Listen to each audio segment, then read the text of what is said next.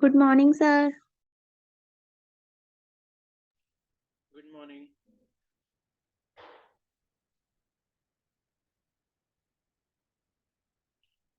Good morning, Soumya. Good morning, Sanjana.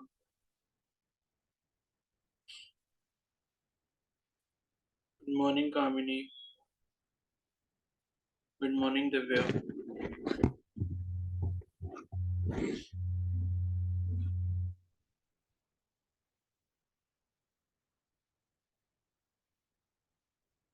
Good morning, Tanu.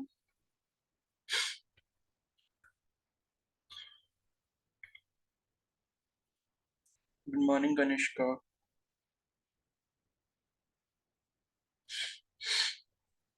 Good morning, Madhu.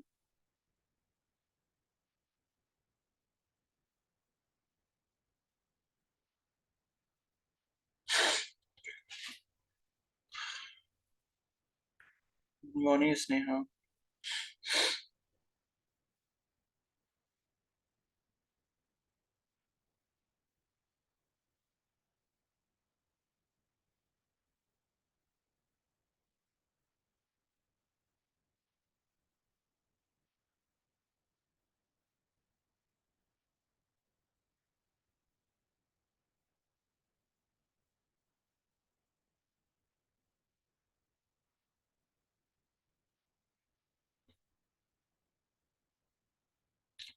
Good morning, Shivani.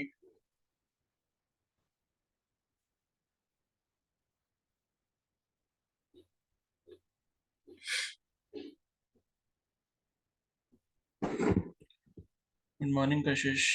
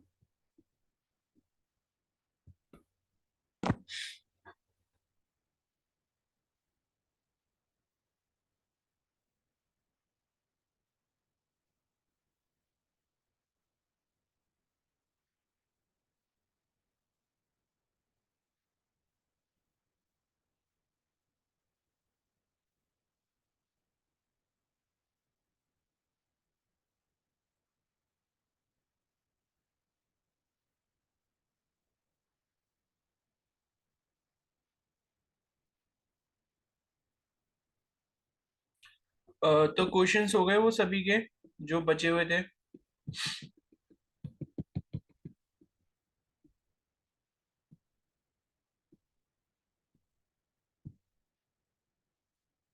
बताओ, questions हो गए।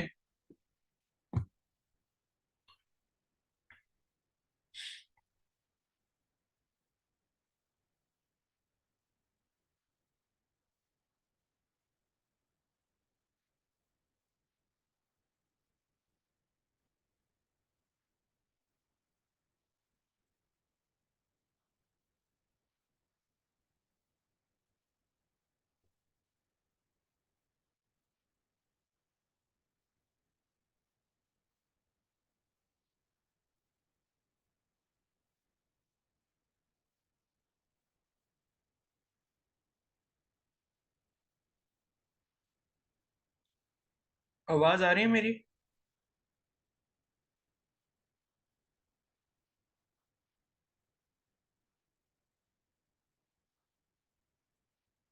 Yes, sir. तो फिर Yes, reply sir. क्यों नहीं कर रहे हो? मैंने कुछ पूछा कि भाई क्वेश्चंस हो गए नहीं हो गए, तो कुछ तो बताओ।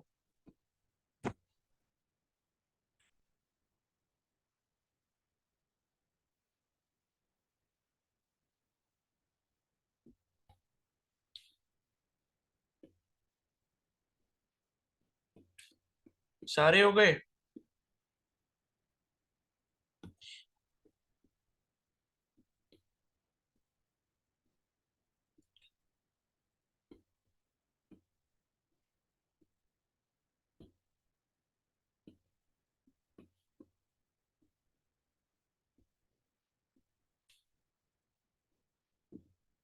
कुछ कुछ नहीं आए।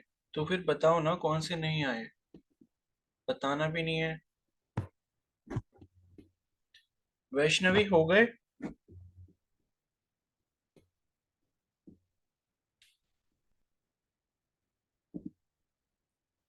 वैष्णवी।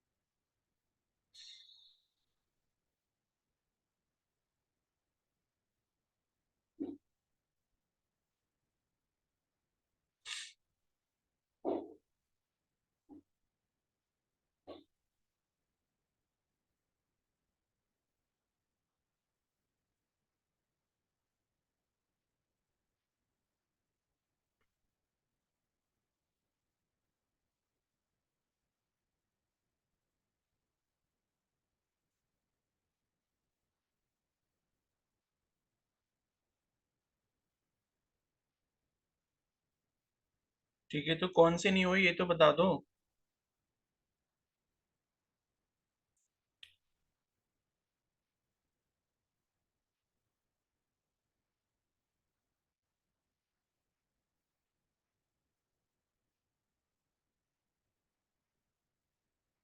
52, 54 और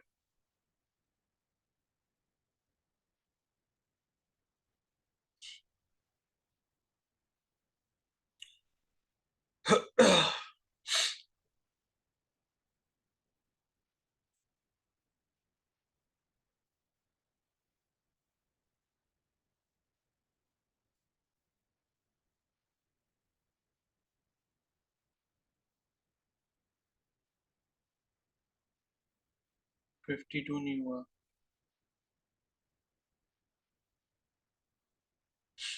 चलो, तो 52 वाला देख लेते हैं पहले।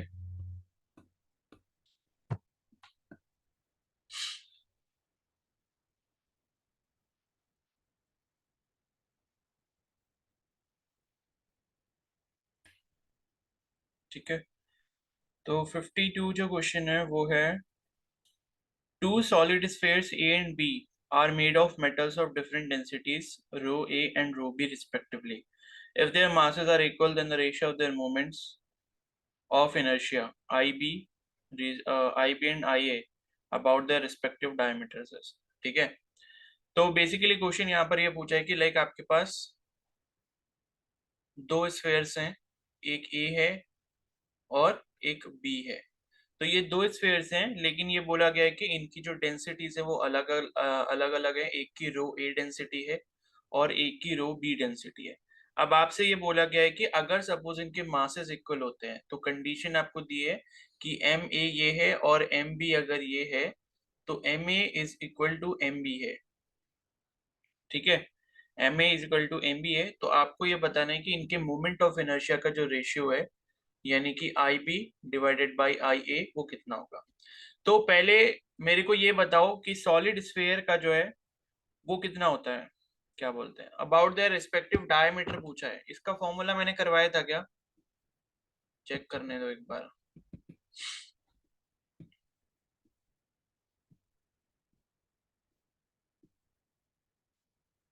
यहाँ पर हमने किया था ये, सॉलिड स्फेयर रेडियस अगर आर उसकी दी हो, तो डायमीटर के थ्रू हमने मोमेंट ऑफ इनर्शिया का फॉर्मूला देखा था 2/5 mr²। ठीक है, अभी थोड़ी देर के लिए इस फॉर्मूले को याद करके रख लो, क्योंकि अभी हम इसको यूज करेंगे 2/5 mr²। तो वापस चलते हैं नीचे अपने क्वेश्चन पे।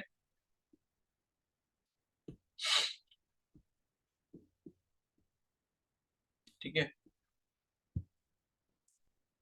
तो मोमेंट ऑफ इनर्शिया अब हमें यहाँ पर पता लग चुका है कि स्फेयर के केस में अलोंग डायमीटर जो होगा वो कितना होगा, 2/5 mr²। ठीक है, तो मास तो देखो यहाँ पर आपको बराबर दिया है, M A is equal to M B दिया है। अब बात आती है कि रेडियस हमको निकालनी है यहाँ पे इस स्फेयर की। ठीक है, और दूसरी जो कंडीशन वो आपको दी है वो ये दी है कि भाई इनकी जो डेंसिटी है वो आपको यहाँ पर सेम दी हुई है। क्लियर है, तो सपोज अगर मेरे को कंडीशन ये दी है कि भाई M A is equal to M B के बराबर है। ठीक है, mass of A is equal to अगर एम बी के बराबर है, तो आपको एक चीज पता होनी चाहिए, जैसे कि डेंसिटी जो होता है वो क्या होता है, मास अपॉन वॉल्यूम होता है। और इसी से अगर मैं मास को निकालना चाहूं तो वो कितना हो जाएगा, डेंसिटी इंटू वॉल्यूम हो जाएगा। ठीक है, density is equal to mass upon volume अगर होता है तो मास हम कैलकुलेट कर सकते हैं डेंसिटी इंटू वॉल्यूम से। अब डेंसिटी जो है मतलब जो ए वाला है उसकी डेंसिटी रो ए के बराबर आपको दी हुई है। ठीक है, इसका वॉल्यूम अगर निकालोगे तो देखो ये सारे फॉर्मूले जो हैं प्लीज याद करके रखो। लाइक क्यूब का वॉल्यूम कितना होता है, क्यूबॉइड का कितना होता है, स्फेयर का कितना होता है, टोटल सरफेस एरिया कितना होता है, कर्व्ड सरफेस एरिया कितना होता है। ठीक है, ये सारी चीजें याद करके रखो। तो यहाँ पर आपको वॉल्यूम जो है वो यूज करना है स्फेयर का। तो स्फेयर का जो वॉल्यूम का फॉर्मूला होता है वो होता है 4/3 पाई आर स्क्वायर। ठीक है, 4/3 पाई आर स्क्वायर। तो हम ए वाले सरफेस की अगर हम बात कर रहे हैं तो ए वाले आर मतलब रेडियस जो वो ए वाले के ले लेंगे। तो 4/3 into pi into are A का, सॉरी स्क्वायर नहीं होता है, क्यूब होता है, क्यूब। ठीक है, 4/3 पाई आर क्यूब, ये आपका जो है किसका वॉल्यूम होता है, स्फेयर का होता है। तो ये आपका रो इंटू वॉल्यूम हो गया किसका, ए वाले के लिए। उसी तरीके से बी वाले के लिए कर लोगे आप, रो बी इंटू 4/3 पाई आर बी क्यूब। ठीक है, ये मिल गया। अब आपको ये पता है कि यहाँ पर जो है हमें क्या चाहिए, हमें चाहिए क्या बोलते हैं, आर ए और आर बी चाहिए ना, बिकॉज वो हमारे पास नहीं है। ठीक है, तो वो यहाँ पर हम कैसे कैलकुलेट कर सकते हैं वो समझ लेते हैं। तो अगर मैं क्या करता हूँ कि रो ए, तो एक काम करते हैं, हाँ चलो ठीक है, रो ए हो गया यहाँ पर, और यहाँ पर रो बी इसको मैं नीचे ले आऊंगा, राइट साइड से डिनोमिनेटर में ले आया। और दूसरी साइड उधर जो है 4/3 पाई आर बी, इसकी पावर 3 है। और यहाँ पर नीचे कितना हो जाएगा, 4/3 पाई आर ए की पावर 3। ठीक है, सॉरी सॉरी, ये क्यूब पूरे का थोड़ी है, आर का क्यूब है। ठीक है, आर का क्यूब है। ठीक है, ऐसा है। तो अभी मैं क्या करूंगा, 4/3 पाई इसमें से और 4/3 पाई इसमें से कैंसिल हो गया, और मेरे पास क्या बचेगा, rho A by rho B is equal to R B by R A, इसका क्यूब हो जाएगा, पूरे का क्यूब, क्योंकि ऊपर और नीचे दोनों क्यूब है तो पूरे का क्यूब हो जाएगा। अब अगर मैं यहां से आर ए मतलब आर बी डिवाइडेड बाय, या ऐसा करते हैं इसको रेसिप्रोकल कर लेते हैं। ठीक है, मैं अब इसको कैसे लिख सकता हूँ, rho B upon rho A is equal to R A upon R B का क्यूब। ठीक है, बिकॉज मेरे को R A by R B का रेशियो चाहिए। तो अगर मैं R A by R B का रेशियो यहाँ पर निकालना चाहता हूँ तो मैं क्या करूंगा, दोनों साइड क्यूब रूट ले लूंगा। बिकॉज अगर ये पावर 3 आपको दिख रही है तो मैं क्या करूंगा, क्यूब रूट ले लूंगा, यानी कि 1/3 कर दूंगा दोनों तरफ पावर। तो ये हो जाएगा, तो R A by R B is equal to कितना हो जाएगा, रो बी बाई रो ए, इसकी होल पावर कितनी हो जाएगी, 1/3। ठीक है, दोनों तरफ मैंने क्या करा, क्यूब रूट ले लिया। तो क्यूब जो था वो क्यूब रूट से कैंसिल हो जाएगा और दूसरी साइड पे क्यूब रूट बचेगा। तो अब ये R A by R B की जो वैल्यू है ये मेरे पास आ गई है, इसको मैं इक्वेशन 1 मान लेता हूँ। एंड उसके बाद यहाँ पर जो है, अभी हमने फॉर्मूला जो देखा था वो लगा लेते हैं हम। ठीक है, तो हमें जो रेशियो निकालना था वो कौन सा निकालना था, आई बी बाई आई ए निकालना है। ठीक है, आई बी बाई आई ए, ये कितना हो जाएगा, 2/5 m r बी स्क्वायर, और ये कितना हो जाएगा, 2/5 m r a स्क्वायर।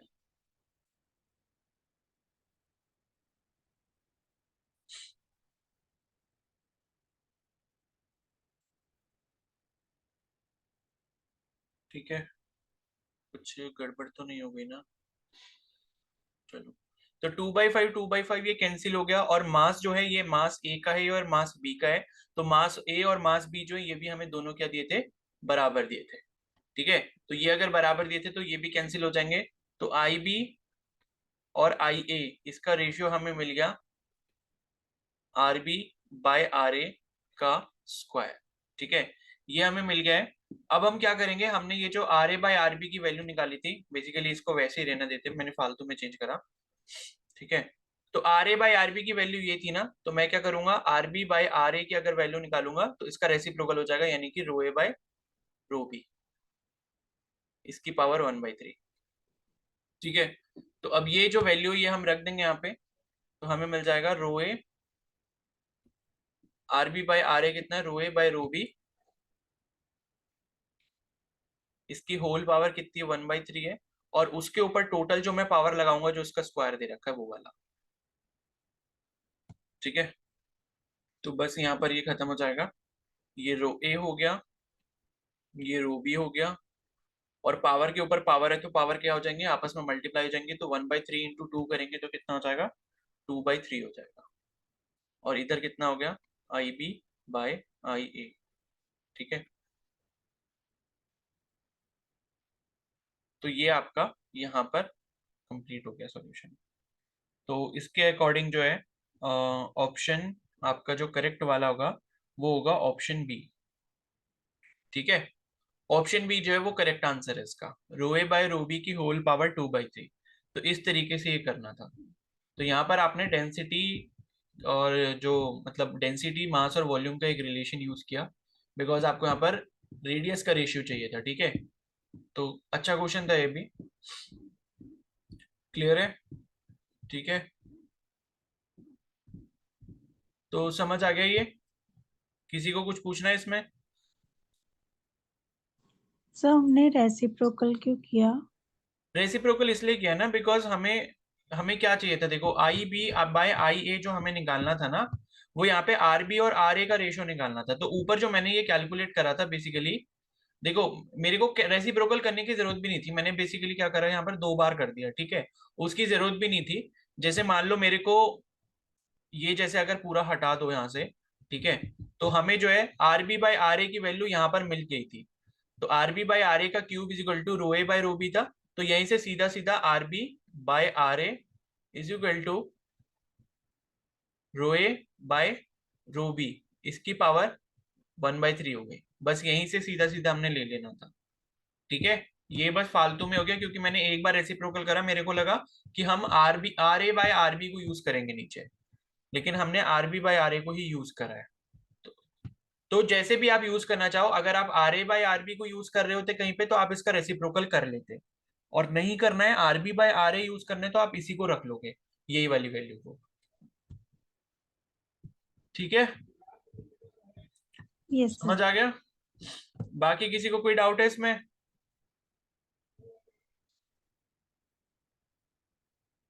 भाई यस या नो तो कुछ बोल दो।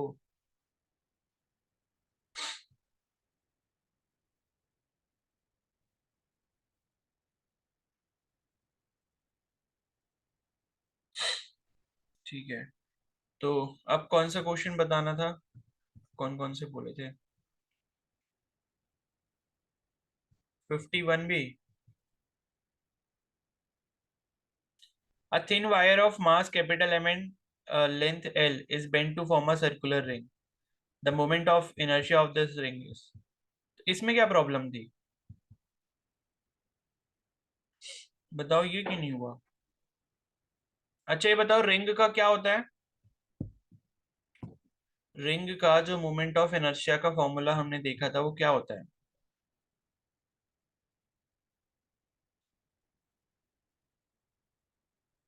mr²।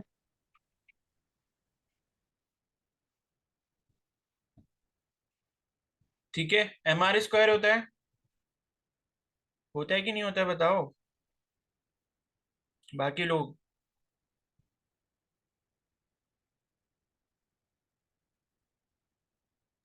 Yes sir.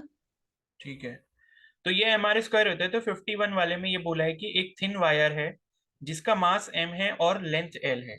तो लाइक ये आपकी कोई वायर हो गई, एंड इसकी लेंथ l है और इसका जो मास आपको दिया है वो m के बराबर दिया हुआ है, और इसी वायर को हमने क्या करा है, एक सर्कुलर रिंग में कन्वर्ट कर दिया है।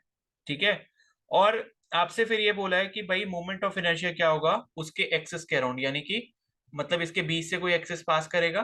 ठीक है, इसके बीच से अगर मान लो ये सेंटर से अगर कोई पास करता है एक्सेस, तब आपका मोमेंट ऑफ इनर्शिया क्या होगा। तो यहाँ क्या है आपका एम आर स्क्वायर है, ठीक है। तो देखो ये तो सिंपल सा है यार, ये तो मतलब बेसिक ज्योमेट्री में भी आप करते हो, रेडियस का आपको रिलेशन निकालना है इसके लेंथ के साथ। अब ये ध्यान रखो कि ये पूरी आपकी स्ट्रेट वायर अगर थी लेंथ एल की, तो लेंथ एल को ही आपने बेंड किया है, ठीक है। लेंथ एल को बेंड करने के बाद क्या होगा कि ये जो सर्कुलर रिंग का सरकमफेरेंस है, या फिर जो आप बोल सकते हो इसका जो पेरीमीटर होता है या सरकमफेरेंस है, वही अब एल बन गया है, मतलब वही अब एल के बराबर बन गया है। और इसकी रेडियस मान लो मैं कह देता हूं आर के बराबर है, ठीक है। तो अगर सरकमफेरेंस एल बन गया है, तो एल इज इक्वल टू कितना हो जाएगा, 2 पाई आर हो जाएगा।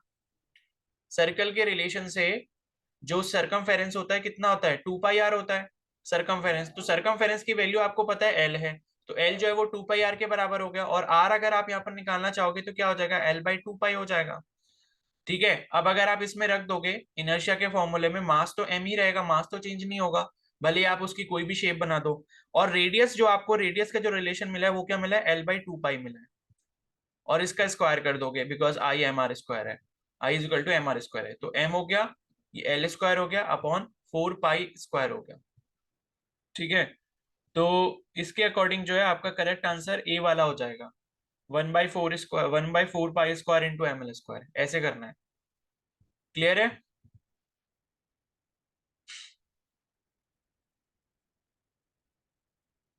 Yes sir.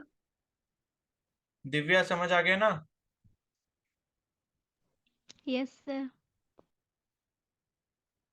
ठीक है, तो लाइक ये एक ऐसा क्वेश्चन है कि जिससे मतलब, और मतलब ऐसे टाइप के क्वेश्चंस आपको और भी देखने को मिल सकते हैं कि लाइक ये कोई वायर है, इसको इस शेप में बेंड कर दिया या ऐसा कर दिया वैसा कर दिया, ठीक है। अब मान लो कुछ ऐसा आपसे बोला जाता कि मान लो एक आयरन का क्यूब का ब्लॉक है, ठीक है। मान लो एक क्यूब ऑफ आयरन है, सॉलिड क्यूब है अगर आयरन का, ठीक है। और आपसे बोल दिया जाता कि मान लो भाई उसका जो वॉल्यूम है, वो आपको कुछ भी यहाँ पर दे देते, लाइक 100 मीटर क्यूब, आप मान लो आपको ये वॉल्यूम दे देते इसका, ठीक है। और आपसे ये बोलते कि इसको क्या कराए, मेल्ट कराए, एंड मेल्ट करने के बाद हमने इसको सर्कुलर डिस्क में कन्वर्ट कर दिया। अब डिस्क का मतलब क्या है कि ये पूरा क्या होगा, अंदर मेटल मेटल होगा, ठीक है। और रिंग का मतलब क्या होता है, हॉलो, अंदर से हॉलो। अगर डिस्क बोल दिया, डिस्क का मतलब क्या है, पूरे में आपका मटेरियल फिल्ड है ये। तो ये आपकी डिस्क हो गई। अगर मान लो आपने इसको किसी डिस्क में चेंज कर दिया, डिस्क में कन्वर्ट कर दिया, तो यहां पर क्या होगा, इसका भी वॉल्यूम सेम होगा, ठीक है। तो जो आपका वॉल्यूम इसका था वही वॉल्यूम आपका इसका भी होगा। तो लाइक चलो ऐसा तो नहीं होगा, मतलब ये सर्कुलर डिस्क तो नहीं देंगे क्योंकि वो थोड़ा सा टिपिकल हो जाएगा, ये आपको स्फेयर दे सकते हैं। तो मान लो आप ये क्या है, एक स्फेयर है, तो आपने क्यूब ऑफ आयरन को एक स्फेयर में कन्वर्ट करा, तो वॉल्यूम यहाँ पर सेम हो जाएगा। और आपसे ये बोलेंगे कि भाई आप क्या निकालो इसका, डायमीटर के थ्रू निकालो मोमेंट ऑफ इनर्शिया। तो यहाँ पर निकालने को आपके पास रह क्या जाता है, देखो मास क्या है, मास तो सेम होगा। मान लो वॉल्यूम जो इन्होंने बता दिया, तो उतने ही मतलब उतना ही जो वॉल्यूम आपने लिया है, 100 मीटर क्यूब आयरन लिया है, उसी को मेल्ट करके इन्होंने क्या करा, उसमें कन्वर्ट कर दिया। या अगर उन्होंने बोला क्योंकि मास भी सेम ही होगा, मान लो क्योंकि डेंसिटी सेम है दोनों मटेरियल की, ठीक है। तो यहाँ पर क्या है कि मान लो आपसे मोमेंट ऑफ इनर्शिया अगर बोला जाता है, तो आपको रेडियस अगर कैलकुलेट करनी है, तो वॉल्यूम का फॉर्मूला अभी हम देख कर आए, स्फीयर का क्या होता है, 4/3 पाई आर क्यूब होता है। तो यहां से अगर आपको वॉल्यूम की वैल्यू पता है, उसको 4/3 पाई से डिवाइड कर दोगे तो आर क्यूब की वैल्यू आ जाएगी, और आर क्यूब का क्यूब रूट करोगे तो आर की वैल्यू आ जाएगी। और उसको जब आप आई इक्वल टू जो भी इसका फॉर्मूला होता है स्फेयर का, ठीक है, तो उसमें अगर रख दोगे तो वो आपका क्या हो जाएगा, मोमेंट ऑफ इनर्शिया कैलकुलेट हो जाएगा। तो लाइक इस क्वेश्चन से हमें ऐसे टाइप के क्वेश्चंस भी और देखने को मिल सकते हैं।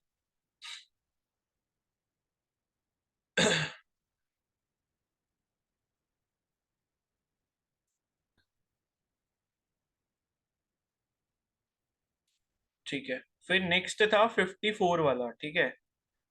तो 54 वाला एक बार देख लेते हैं। इसमें आपको 7 आइडेंटिकल सर्कुलर प्लेनर डिस्क दिए हैं जिनका मास m है और रेडियस r है, और इनको वेल्ड कर दिया गया symmetrically as shown in the figure. The moment of inertia of the arrangement about the axis normal to the plane and passing through the point P, ठीक है। तो लाइक ये मेरे को देखने दो जरा।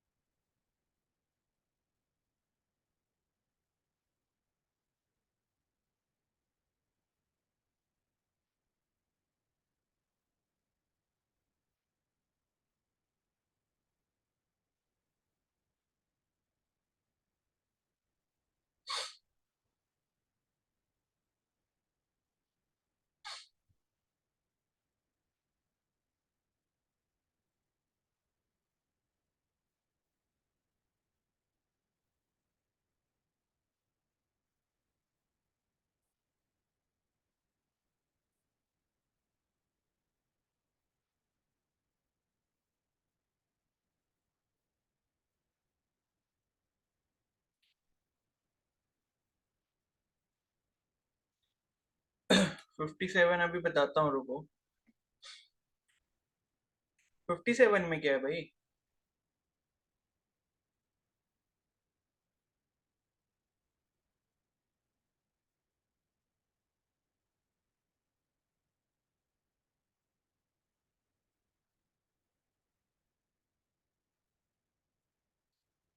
57 तो इजी है, ये तो करवाया भी था मैंने।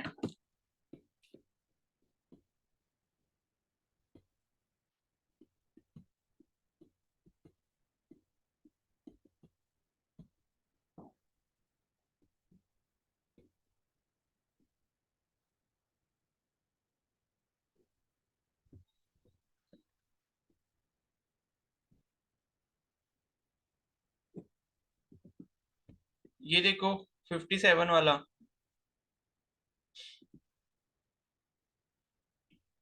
स्नेहा, याद आया कुछ?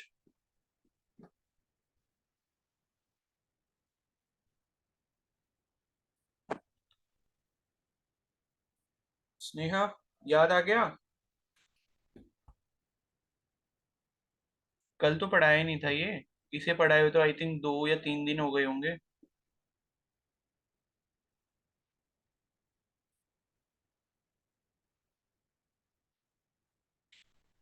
ये तो पैरेलल एक्सेस थ्योरम है, ये तो 2-3 दिन पहले ही हम ऑलरेडी कंप्लीट कर चुके हैं, ये कल कब पढ़ाया मैंने?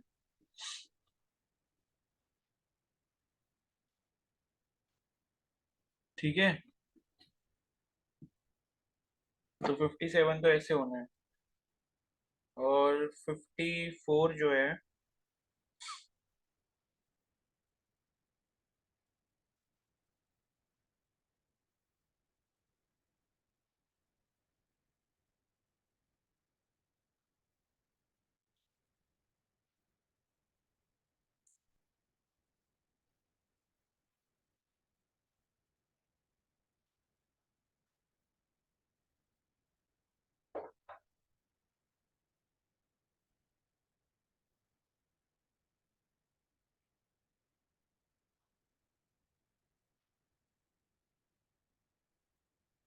चलो 54 देख लेते हैं, ठीक है।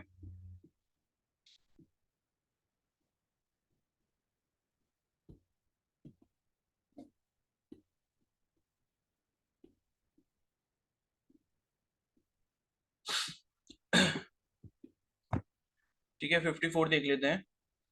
तो इस वाले क्वेश्चन में आपको 7 ये दिए हैं, ठीक है। रुको मैं इसको इससे बना देता हूँ।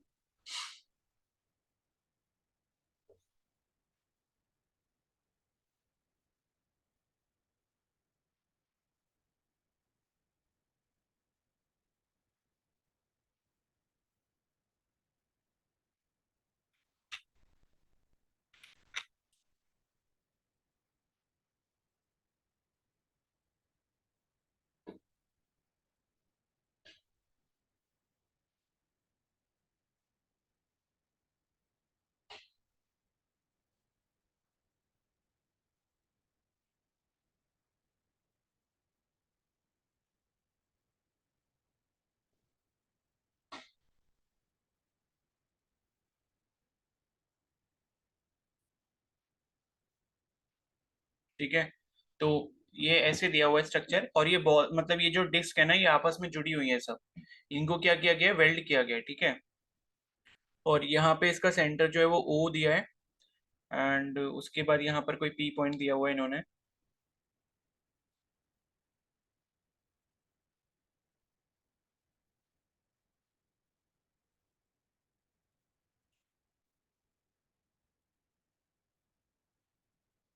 The moment of inertia of the arrangement about the axis normal to the plane and passing through point P is, ठीक है। यहाँ पर आपको एक पॉइंट P दिया है इसके बाहर वाले एज पे, ठीक है। और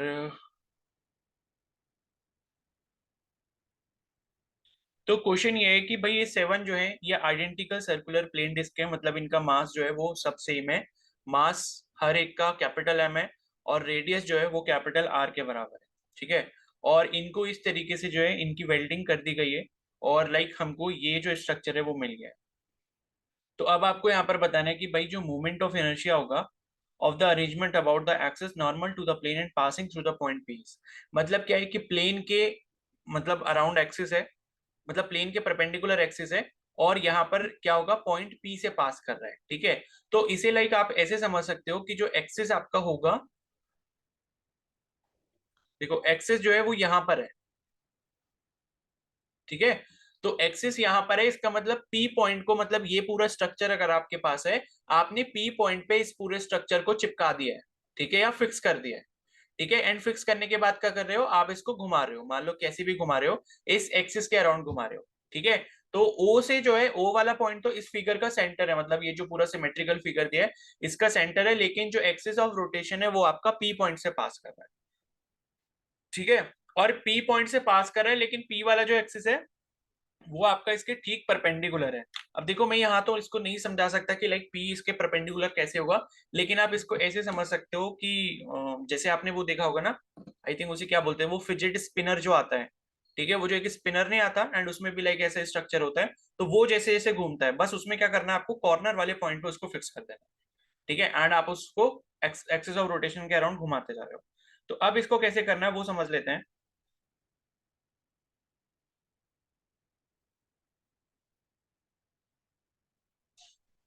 तो इसको मैं क्या कर रहा हूँ, इसकी जो रेडियस है वो यहाँ पर आर मान लेता हूँ, ठीक है। मतलब आर तो दी है, तो ये अगर आर हो गई, एंड यहाँ पर भी एक पॉइंट दिया हुआ है, एक ये पॉइंट है, फिर यहाँ पर एक पॉइंट दिया हुआ है, ठीक है।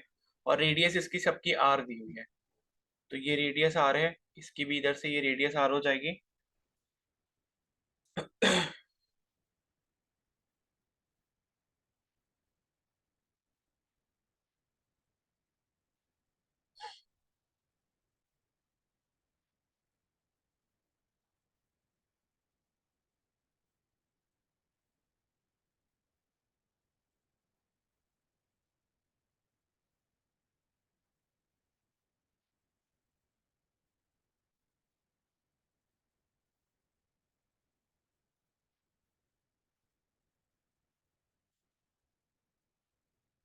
ठीक है, तो अब डिस्क का जो आपका फॉर्मूला होता है वो क्या होता है भाई, M R square by two होता है ना।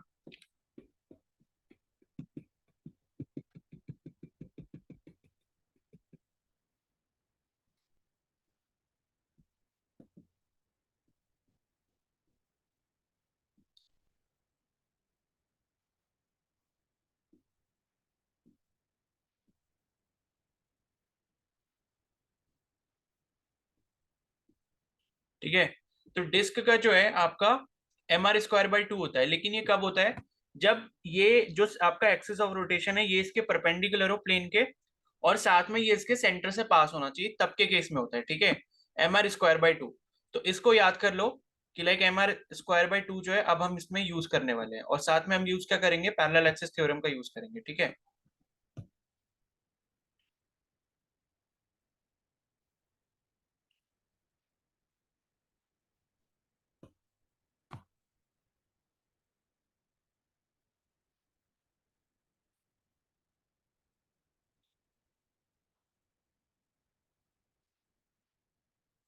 तो पहले हम इसके सेंटर से जो है कैलकुलेट करेंगे कि इसका जो मोमेंट ऑफ इनर्शिया वो कितना होगा, एंड उसके बाद फिर हम पॉइंट पी पे जाएंगे, ठीक है। तो पहले हम ओ को कंसीडर कर रहे हैं कि ओ पर इसका जो मोमेंट ऑफ इनर्शिया है, ठीक है, वो कितना होगा।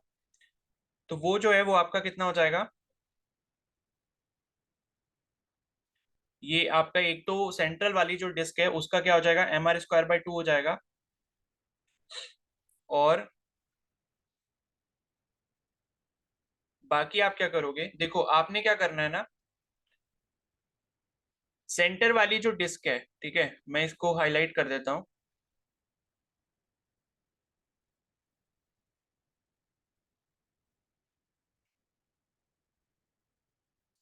तो ये सेंटर वाली जो डिस्क है, इसका जो मोमेंट ऑफ, मतलब इसके अराउंड हम ये देख रहे हैं कि सेंटर ओ, अगर हम एक्सिस ऑफ रोटेशन ओ अगर मानते हैं, तो ओ पर जो है वो पहले कितना होगा, जब हम ओ पर कैलकुलेट कर लेंगे उसके बाद हम पी वाले पॉइंट पर कैलकुलेट करेंगे, ठीक है।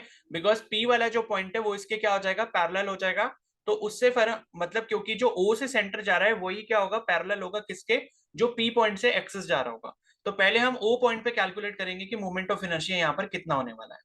ठीक है, तो O पॉइंट पर अगर हम कैलकुलेट कर रहे हैं तो कैसे करेंगे, जो O जिसमें है मतलब जो सेंटर वाली डिस्क है उसका जो मोमेंट ऑफ इनर्शिया वो सिर्फ और सिर्फ कितना हो जाएगा, mr² हो जाएगा। और बाकी इसके अराउंड जो आपको यहाँ पर बाकी की जो 6 डिस्क दिख रही है, ठीक है, बाकी की जो 6 डिस्क है, मान लो एक ही हो गई, 2, 3, फिर 4, फिर 5 और ये 6, तो हमें इसका भी इसमें ऐड करना पड़ेगा क्योंकि सेंटर वाली डिस्क का तो mr² हो गया, लेकिन बाकियों का कितना होगा, तो बाकियों का जो होगा वो होगा आपका mr² प्लस m × 2r²। अब ये कैसे हुआ इसको आप समझ लो, क्योंकि देखो क्या है, अगर मान लो मतलब मैं क्या करता हूं यहाँ पर पैरेलल एक्सेस थ्योरम को यूज करता हूं, तो पैरेलल एक्सेस थ्योरम में आपने ये पढ़ा था कि जो भाई आई जेड डैश होता है वो क्या होता है, I Z plus m × a² होता है। ठीक है, तो ये आई जेड जो है वो मेरा सेंटर O का मतलब मोमेंट ऑफ इनर्शिया है, ये वाला जो है। ठीक है, आई जेड जो मैं मान रहा हूँ, जेड एक्सिस उसको मान रहा हूँ जो मेरा O वाले सेंटर से पास हो रहा है। और बाकी मान लो मैं कोई भी ले लेता हूं, मैंने जैसे मान लो ये वाला ले लिया, ये वाला एक डिस्क ले लिया मैंने, ठीक है, ये वाला, तो ये वाला अगर मैं डिस्क ले लेता हूं तो O से जो इसका डिस्टेंस होगा वो कितना हो जाएगा, ये वाला O से जो इसका ये डिस्टेंस होगा ये 2r के बराबर होगा। ठीक है, क्योंकि एक तो आपका इस वाले स्फेयर की रेडियस r हो गई और एक दूसरे वाले स्फेयर की रेडियस r हो गई, तो r और r इनके बीच में डिस्टेंस कितना हो जाएगा, 2r के बराबर हो जाएगा। ठीक है, 2r के बराबर हो गया, तो 2r का ये स्क्वायर कर दिया हमने और साथ में m मास से मल्टीप्लाई कर दिया और ये आपका mr² हो गया, यानी कि वो वाला मोमेंट ऑफ इनर्शिया जो आपके z एक्सिस से पास कर रहा है, यानी कि O वाले जो जिसमें O है उस वाले डिस्क से पास कर रहा है।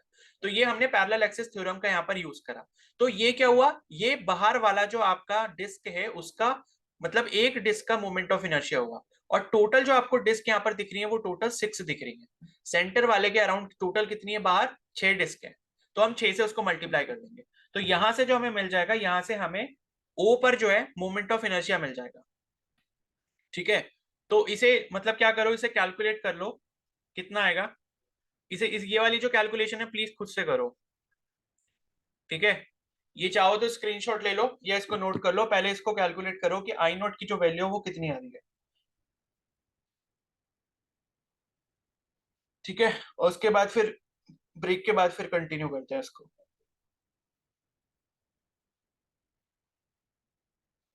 ठीक है, तो सभी इसको नोट डाउन कर लो एंड फिर मेरे को बताना कि ओ पर जो आपकी वैल्यू आ रही है वो कितनी आ रही है मोमेंट ऑफ इनर्शिया की।